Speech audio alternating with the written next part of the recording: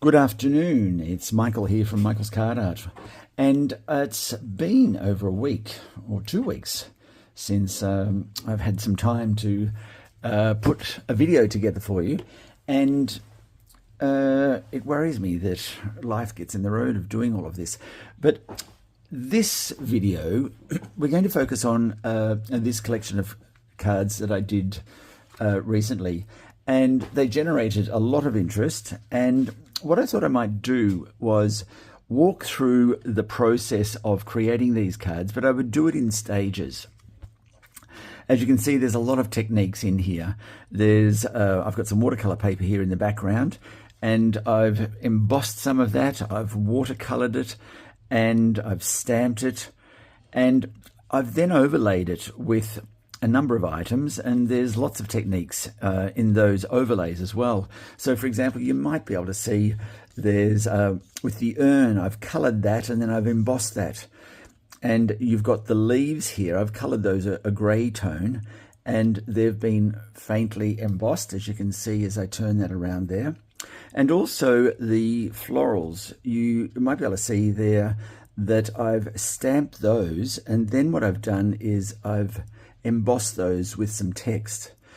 And so, as I said, there's a number of techniques in this, and I thought rather than doing one video and me barking and yabbering on for probably a good hour and a half, 2 hours, I thought what I'd do is I'd break this down into sections. And I thought the sections that I would do would be around, let's start off with the flowers first, the florals. That will give us a good basis to work with. Now, with these florals, you'll notice that I've fussy cut these. Now, they come from a very old Stampin' Up set. When I say very old, it's probably a couple of annual catalogues back, but it's blended seasons.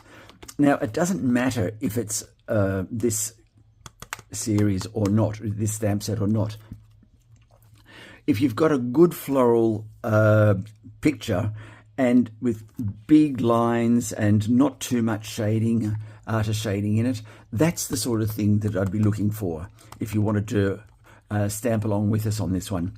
So something like that, because what I did here is I stamped these and then I colored them and I re-stamped them to give you that nice, good definition of line, if you like. So you can see that in particular with this one here. This one it's been stamped, colored, and then re-stamped with gold embossing powder. And that re-stamping has to be done in a particular way to capture that those definitive lines. And I want to show you what that looks like. So if we start off, as I said, with the florals, we'll make one video on that. We'll do another video on coloring of the foliage. And I think the third video, what we'll do is we'll do the background with the watercolor. So that will give you plenty of time to get yourself some watercolor paper.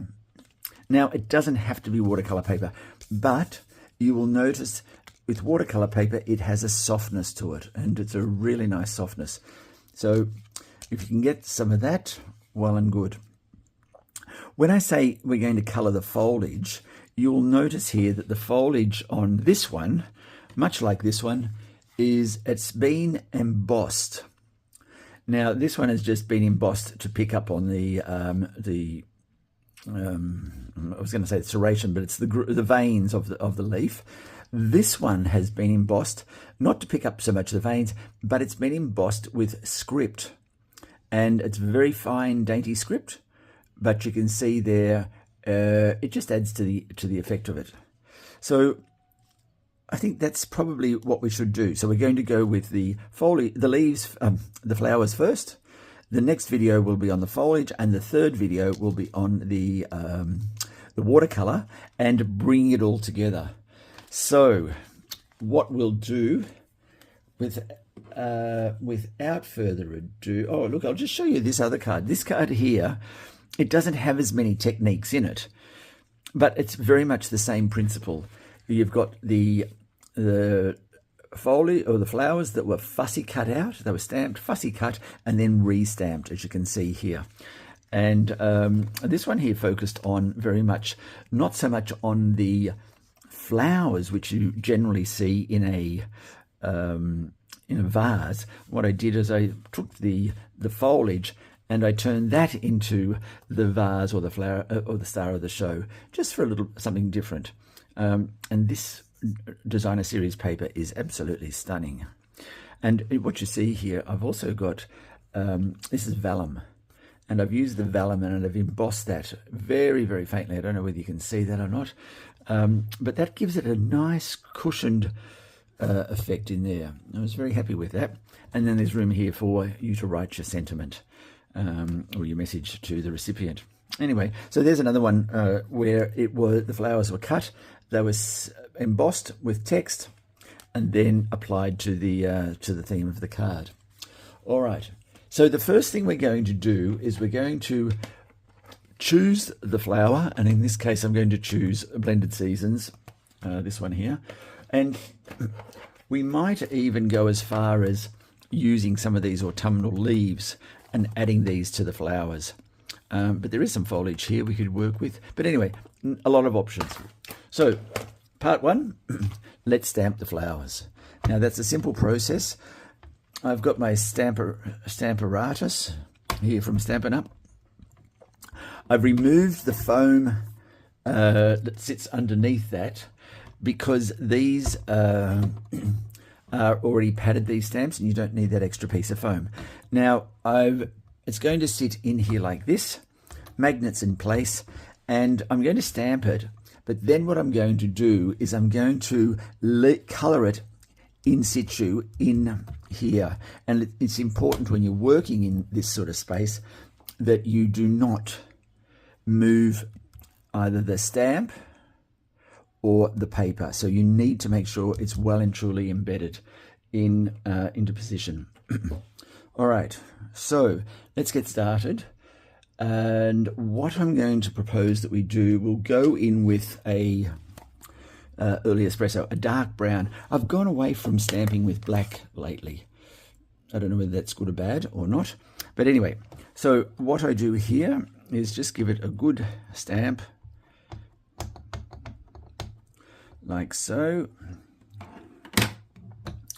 and place it down here.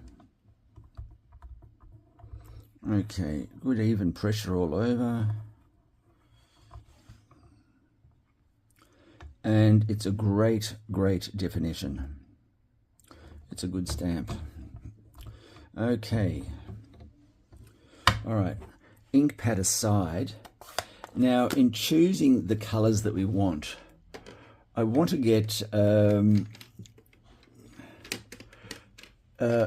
whatever colors we choose for the flowers, etc. We're going to need to make sure that those colors are represented somewhere in the watercolor, is my thinking. So in this case here, I've chosen a brown. I think that brown there is pumpkin pie and a Cajun craze, which is like a burnt red, if you like. These ones are pinks and purples. So the sky's the limit with what you can use. And this one here is I'll tell you what I did with that one at the end. That's a crazy combination, but it works out very well with the green. Now, we can color these in a number of ways, but I'm proposing we'll use our marker pens, alcohol markers, and I want to go with just something a little bit different. Maybe we go with, I didn't really think too much about the color. Let me just have a quick think here. Maybe a moody mauve. A moody mauve, and I want to mix that with, and that's light and dark moody mauve, and I'll mix it with I think I might mix that with a yellow, a strong yellow, and that might be, and it might be this one here, Daffodil Delight, or do I have a crushed curry? Just where might that be, the crushed curry? Actually, let's go Moody Mauve and let's go Wild Wheat. There. Done. Now, if you don't have Stampin' Up! Markers, you can always go with any other alcohol markers that you might have. And I'm going to say, I've just had my order of, I don't even know how to say this, Oahu's. Oahu's? I think that's the Chinese version of the Japanese Copic markers. So I had 350 arrive the other day, and I'm trying to catalogue them and do samples, so we won't be using any of those. So let's try this combination that we've got here. So we've got a Wild Wheat and light and dark, and we've got a Moody Mauve. Now I'm just going to work through how I did this, and I'm going to go with the center of our flower, and that's going to be, I'll keep that dark. All right, now I'm not the greatest colorer. However, I will say what we want here is a nice blend. We want the colors to run seamlessly into the other without these jarring lines of, that's where one color starts and one color stops. And so I'll show you how I do that, and then you can try that out for yourself as well. But so let's start off with the dark. Now I just want, and actually, in fact, I don't want that end. I want this end, which is the thin end. And the only reason I say I don't want that end is because I want to be able to create, I want to have more control over it, even though the other one is great when you're mixing, or when you're trying to color large areas. Okay, so just a little bit of that. I'm now going to go in and bring in the lighter color. Now the lighter color, I'm just taking that out over past the darker one. Now, when you're blending, this is what I do. When you're blending, you need to cover area that you've already colored and go over that, and then also it's like dragging some of that original color up into the new space that you're about to color. So I've started off with the dark, and I'm now moving in with the light.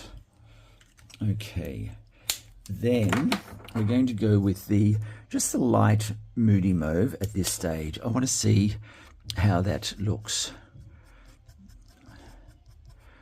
Now I don't want to go right to the edge, or I don't want to go right to the end of the flower petal itself. That's not what I want. I want some white space there.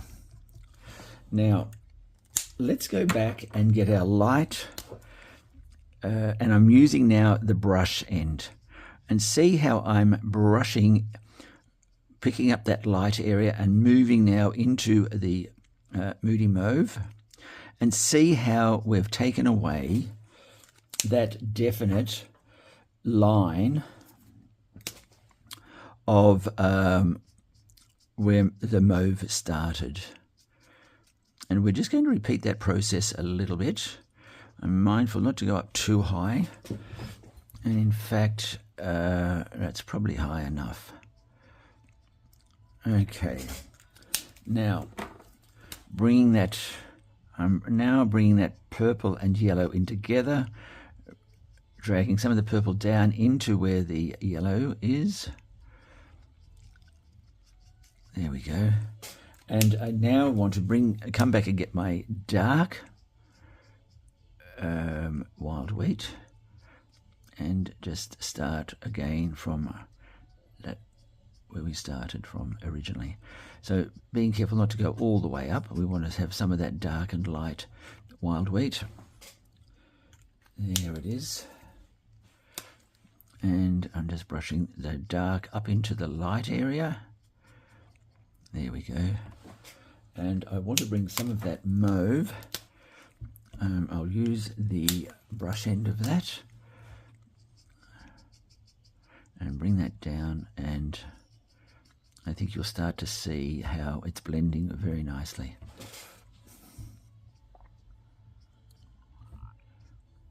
There we go.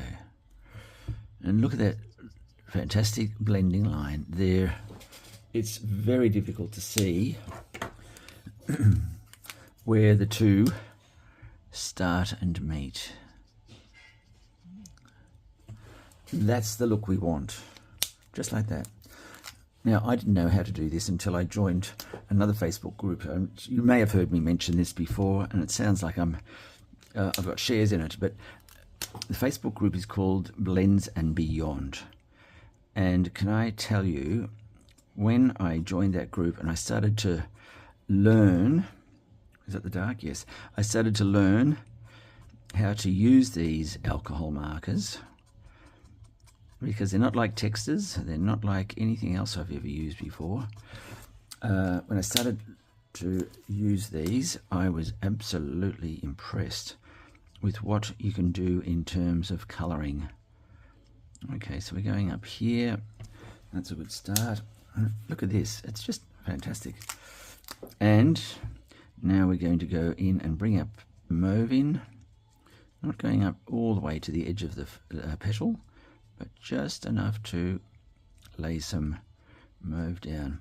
Now, if we were to leave it like that, you can see there's a definite line there. Well, now we know that's not how you leave it. We need to brush the colours in until they blend, just like that. And then we go back in with our very dark, where we started from, and just bring that up. Now,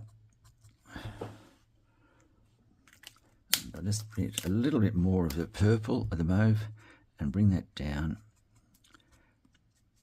There we go. And you might feel like, oh, you're going backwards and forwards here, aren't you, Michael? Well, I am, but that's what blending is all about. All right, so we've got 2 of the 4 done. Let's just complete that process so that you're comfortable with your own blending skills. Now, I'm just creating the border of the foliage, and it's best to work with, I have to keep checking that it's the dark and light. It's best to work with 1 petal at a time, trust me. Because what you're trying to do is you're trying to keep the puddle of colour wet, if that makes sense. Because when it is wet, it means, now I'm just going down over the dark that I've just already coloured and dragging some of that dark up into that light area of yellow. Here we go. And then, that's enough. And then we're bringing the mauve into play. Now you can see there, if I was to leave it like that, I would have a definite line, but here we go. We're now going to blend that in, and it just works so well. So when the puddle is wet and you're bringing more colour into it, that's when the colours start swimming around and floating. It's like oil and water, if you like.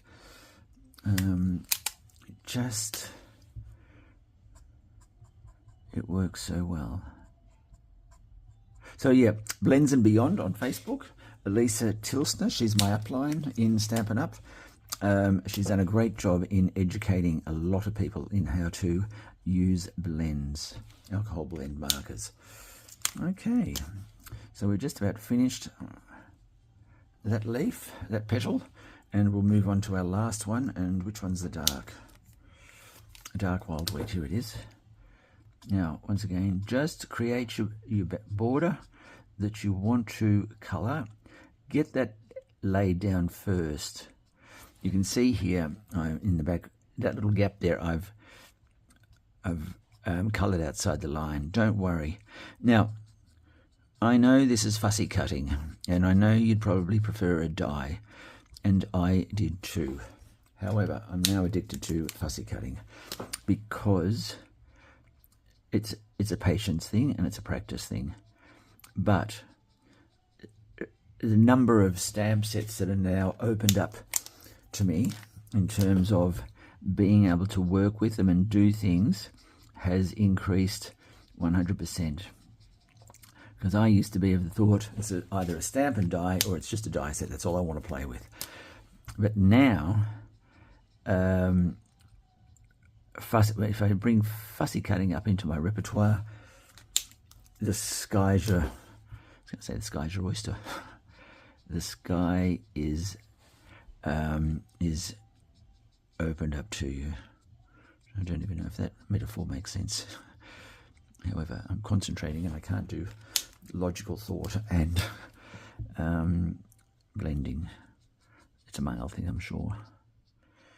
Okay, I love that. Now I'm going to leave those in the middle to be, I'm just going to leave them white at this stage.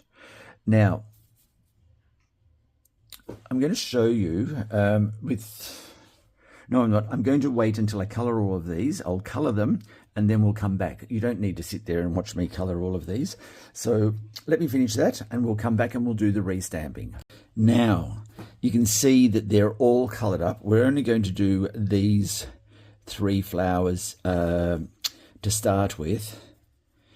And do I want to do, no, I'm not going to use these leaves. I just want these flowers. So now what we're going to do, I stamped them in a brown, but what I'm going to do this time is I'm going to stamp them in an embossing powder. So this is how I did this. So with my embossing buddy, just to remove off any sticky parts that may exist there, I'm just putting... Somebody saw this the other day on a video and they said, Michael, your Versamark has seen better days. And my only response to them was, and so too have I. So it made me laugh. But yes, there's too much life left in this embossing buddy. No, in this Versamark for me to give it away. Now, remember, we've not moved the paper at all. We've just applied some Versamark. We're now going to re-stamp it with Versamark. Make sure we get a good coating there of that. Might even just do it one more time. Just to make sure we get a good coat. Now there is going to be some wastage because we don't need all those extra leaves. But that's okay. Now, because we've finished the stamping, we can take that away. We can remove that. Let's move that over there. And what I'm going to do is bring over the gold embossing powder. And the colours that we've got are going to work very well with the gold. And all I'm doing is, and you can see, it's adhering very nicely. And you know what we can do, and we won't be wasting those leaves if I decide, and you know, look, I change my mind as I go through these projects. I'm going to give the whole thing an embossing. So now there's gold embossing powder on all of the lines, and that's okay, because what we could do, okay, let me just heat set that. Remember, you can't use your hairdryer, you can't use the iron, you need to use a hot tool to do this. So let me just turn this off so you don't get blasted away with the noise, and I'll be straight back. And there we have it. Very, very nicely coloured off. The blending is great. I mean, there's a couple there that I could probably, I'm going to do it actually. This one here, I just don't know if I like the blend here. I'm just going to bring that, some of that purple down into the yellow, just like that. Just remove that line. There we go, that's better. I can see it softening already. That's good. Okay, I think that's the only one really.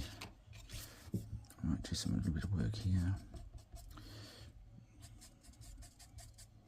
There we go. That's great. Okay, you can fiddle with that for days. All right, now the next thing I'm going to do, if you look at this here, is we're going to stamp it with, we're going to emboss it with a script. So the one I have in mind is called, and look, you don't have to use a script, you can use anything else you like. I'll just show you a couple that I've got here that might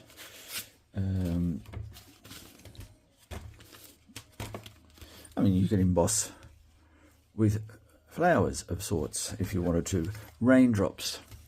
This is an interesting one. This is exposed brick. That would look very nice. And I've used that one before. This one here, it's called Subtly, I think. This is called Subtly. And this is a beautiful, beautiful embossing folder. It's not current, but it just creates a linen effect or a linen look on your cards, and it's very, very nice. But this is the one we're after, Scripty. I bought this since it's become obsolete. But so I want to place this. Now I'm going to spritz the back of this. You can see how the colour has gone through. I just want to spritz the back of it, and I want to get this into the folder, and I want the leaves, I want the message, oh, it doesn't matter which way the message is running on the leaves, the script, but I did want it to run a way that makes sense when the viewer is looking at it. Okay, so we know, oh wait there, I've gone up the wrong side. There, you need to have the embossed raised part on the underside, so it pushes up into the flower, and the flat emboss is on that side. Usually in Stampin' Up it's where that line is. So I'm just going to run that through the machine. Now I've just embossed that, and when it settles down and the ink's dry and the moisture on the back of the card here dries off, you will start to see those letters much more clearly from the script. But that's ostensibly that. And what we need to do next, and I'm going to let this dry for a bit, but what we need to do next is we need to fussy cut. So it's dinner time here in Australia. So I'm also going to go and sit down to a fabulous little banquet feast. And I will be back to finish this off for you. So until then, okay, I'm just going to say I'm back, and I'm also going to comment. My my friend who's staying with me at the moment from Taiwan just made the most delicious Taiwanese street food banquet. So I'm feeling a little full. Anyway, what we're doing here is fussy cutting. So fussy cutting is basically the cutting out of an element, and it's not everyone's cup of tea. And I'm aware of the risks of fussy cutting. Now, when you fussy cut, what are the rules? Well, I suppose there are no rules, but the thing is, this is my thinking, don't cut right up to the line. You still want to leave a little bit of fresh air between the outline of what you're cutting and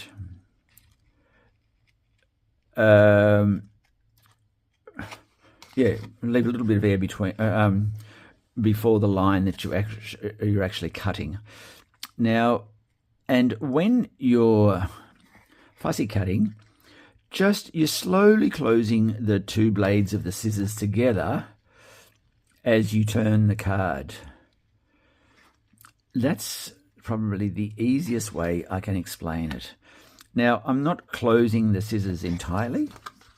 I'm just slowly, and what I'm going to do here, I'm going to cut my flower out. Now, that is going to make it much easier for me to get around the angles. You don't want to have big pieces of paper that you're trying to maneuver around your hand and the hands of the scissors and the blades. You want to keep it down to a little bit. And see what I'm doing. I'm just slowly closing the scissors as I move the paper around, and then I open them up again, and then I just slowly close them, just like that. And it is so much easier to turn the paper than to navigate with the scissors. And you probably won't know what that means until you try it. So all I'm doing is holding the paper here, and I've opened my scissor blades, and I'm just turning the paper as I close the blade. I'm trying to stay away from the line, put some fresh air there, and there we go. Open up again and turn the paper. Now, in this case, see how it's a little bit of a bump? No need for tears. Just go around it ever so slightly. There you go. Job done. And now we're just going to go turning the paper as we close the shears slowly. Open up again, and we're going to come around this way. Now, it is harder if you're right-handed and you're trying to navigate your shears with the line behind the blade, and it's the same with left-handeds, I'm sure. So always try and keep your line of sight on this side if you're right-handed. And for left-handed people, I'm assuming it's the other way around. But I'm not a southpaw, so I don't really know for sure. Okay, now I'll just do one more. So I'm cutting out my element. Oh no, I don't want those flowers. Now, let's just chop around those flowers. See how difficult it is when you've got a piece of paper that's too big. It's difficult. So what you want to try and do is extract the element that you're wanting to cut. Now in this case here, see the element is either side. So you're going to have to sacrifice one over the other. And in this case, I'm going to sacrifice just a little bit there.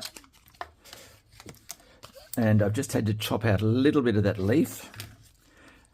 And there it is there. So I can, here it is here, so that I can get this leaf in one nice piece. And you'll notice there's a bit of gold, so I'm going right up to the line there to get rid of that, those gold pieces. There we go. See, now that's all gone. These were the adjoining pieces there, so now they've all gone. And in this case here, see how we've got some lines? So what we're going to do is we're going to curve around there and cut right up to the line and then back out again, just to get rid of those pieces. Okay, see it's very tight, but I've still got the line there. And just give a bit more fresh air between the line and what you're cutting out. There we go, like so. Now, you don't want to put too much pressure on your paper because you've only just embossed it and you've got that gorgeous script there. So don't put too much squeeze, if I can use that term. Okay, just around, go in a little bit deeper, there we go.